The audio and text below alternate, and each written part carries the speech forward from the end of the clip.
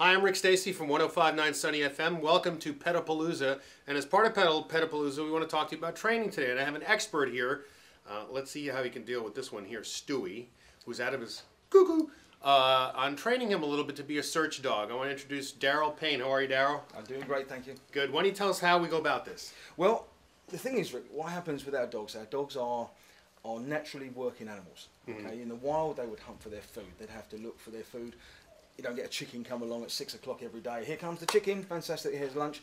So they've got to search for it, and they do that in two ways. They either track for it along the ground. If I tread on the ground, I disturb the ground, the vegetation, they can follow that track, and they see that track with their nose like we would see footprints in snow. The other way they do it when they get close enough to the animal is that the scent from that animal is airborne. Now, there's a bit of a breeze today, so any rabbit or any kind of creature out there, the scent from that creature is going to be carried for a little distance on the air. Now what they'll do is, as that air current comes in, they suck it up through their nose. Now you see the little bit of mucus on the outside of his nose there? Now that helps. So what happens is, as the air current comes in with the scent on it, it absorbs into the skin, it goes up through to the scent receptors of the brain. He has a brain? Well, you have a brain? I think in these ones, actually the brain's optional. Did you pay the extra $50? No. No, then there's no brain in that one. But it's still got the scent receptors. Now what happens is, it goes through, they've got 220 million scent receptors in their brain. We have 5 million.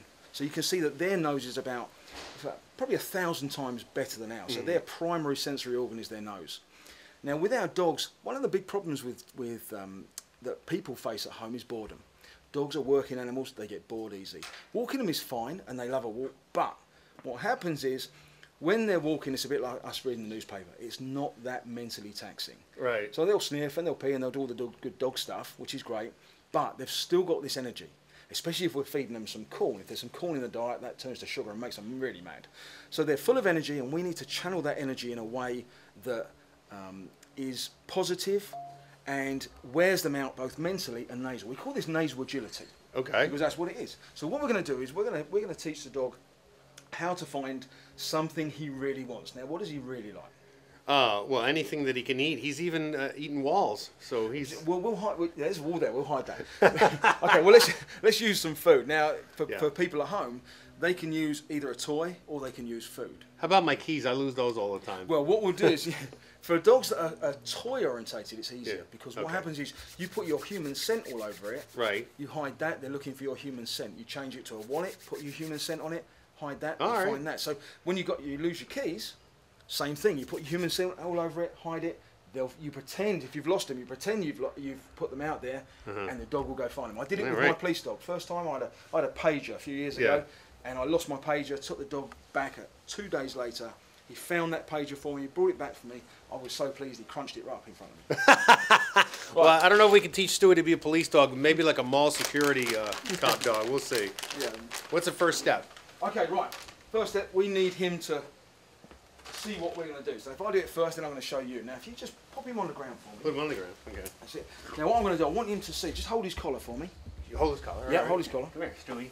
Now, the more excited you make this, the better it is. So when we're training our dog, if we're really miserable and grumpy, then they're not going to get excited. So we make it exciting as possible. What's this? Oh, now, we tease the dog with it. Oh, my God. Oh, my God.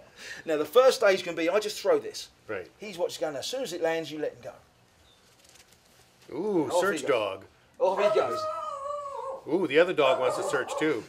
So he comes back, good boy. Now, with this one, he gets instant reward. If this was a toy, when he came back, you'd give him loads of praise, but you wouldn't take it straight off him. Right. If you take it straight off him, what happens is they start to realise that they've worked for that. They're coming back to you, you know what, you're not having this, I'm going to stay back here. Right. And they'll stay 6 feet back. Okay? But with the food, it's instant reward. So that's the first stage. So if you hold on to him again. Okay. Okay, this time what we're going to do, I'm going to throw it just out of sight.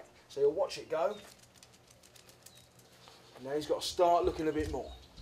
So good boy, he's a good boy. Good boy, Stewie. And we've got to tell him he's a good boy. See the tail going crazy? Clever boy. Yeah. He's got to know that he's done the best thing in the entire world. I'll translate for the dog. There's more. Okay, you hold on to his collar again. Okay. Okay, this time I'm going to go and put it down. Right. And then when I come back, I'm going to put my hands up. Okay. As soon as I put my hands up, that's when I want you to let him go. So as soon as I do that, let him go. So he'll see where I go. All right. Let's watch him. He's watching. my hands up. That's it, let him go. See, now there's not as much emphasis to go out there now because there isn't the chase drive that's going. Right. Now remember, this is a dog that's used to just being given the treat. So if he's having trouble with it, he's starting to sniff. Go halfway. What's this? Give him something to look at. Yeah, he's got a sense of entitlement. Now he finds it. There, so we give him halfway. Now he gets the idea he's not going to get it from me every time. With our dogs at home, if we just give them the treat all the time, right, then they'll just, you know what, that can stay there. I'll just wait till the I'll next wait for the next one. It's like waiting for buses. Another one will come along eventually. Come here, Stewie. So hold him. Yeah, hold him again. All right. This time we're going to put the treat in a car out in the street that's running. What's this? Way. Down. Okay, let him go. Ooh. There we go. See, now he's learning to work away from me and actually find it. Yeah. Now, if they come up to you, if you go and hide it, they go off, they come up to you, what they're doing, they're asking for help. They're saying, go on, where is it? Yeah. So if you immediately go, there it is, then you spot the game. Okay, so just show me your hands again. It's empty. This becomes a key. Now, what a key is, if you do the same thing every time, he'll learn, oh, when I see this, it means I'm going to search. Same with when I was training police dogs, same thing. Right. If I did a certain thing with my dog, if I called certain words, he would know he was going to do a certain thing. Okay. Right. Now the next stage for him, which we'll see how he gets on. If not, we'll demonstrate with my. The next stage, oh no. If you hold him there, Rick. Hold him here. Okay. Yeah, hold him there. Step in front of the camera, like it close up. Okay. Okay. Now the next stage will be again showing what it is. I'm going to go and put it down somewhere. And I'm going to pretend it's still in my hand, and I'm going to pretend to put it in the second place. Okay, now I'll let him go. He goes to the second place first. Right. Because that's the last place he saw me put my hand. Okay, now he's starting to look. See him sniffing all that scent in. Now they've got the ability to, oh, he's almost on it. See him come back for that? Good boy. It's a good boy. It's a clever boy. See, now we're on the road. Excellent. Now to move that game on now, we would just increase the amount of places we pretend to hide. So eventually, you could hold him here, put it down somewhere, pretend, all the way around, send him. He'll work the opposite way round until he finds it. Wow, that's awesome. Now he's taking all that scent in, he's filtering out what he doesn't need. Now you could spray air freshener all around, he'll get rid of that. I had a guy hiding in a factory one day and he sprayed all furniture stuff, polish and stuff. And the dog just gets rid of that, looks for the human scent inside it. So he can filter all that stuff out. Wow. Their noses are incredible. So and how long does it usually take to train a dog, you know, not him, but let's say a German Shepherd or whatever the police used to? You know, all dogs have got this ability, just some dogs are better at it than others. You get like a Springer Spaniel, and they're born to search. Awesome, and you'll see the speed they work. You know, you'll see a difference. Perhaps when you see my boxer work, you'll see it works faster.